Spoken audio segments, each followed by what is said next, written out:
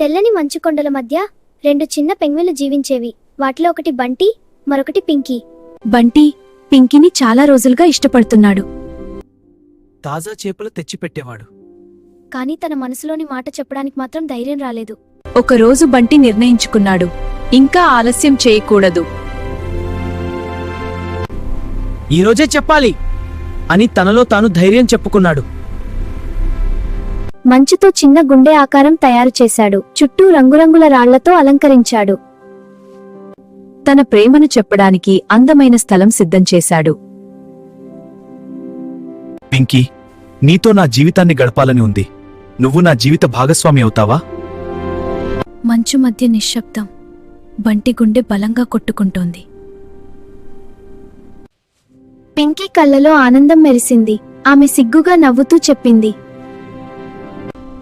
అవును బంటి, మంచు ప్రపంచం ప్రేమతో మెరిసిపోయింది. నిజమైన ప్రేమకు ధైర్యం అవసరం. ధైర్యంగా చెప్పిన ప్రేమ ఎప్పుడూ గెలుస్తుంది.